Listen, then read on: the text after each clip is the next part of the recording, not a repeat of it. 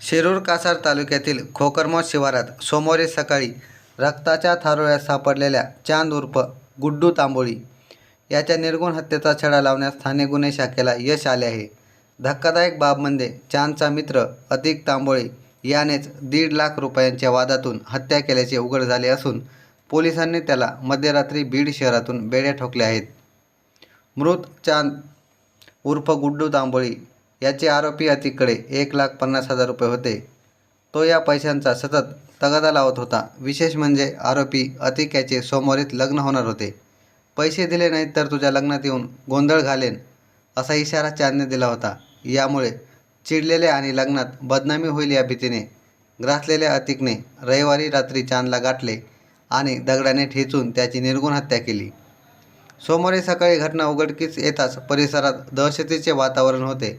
स्थानिक गुन्हे शाखेचे पोलीस निरीक्षक शिवाजी बंटेवाड यांनी तपासाची चक्रे वेगाने फिरवली.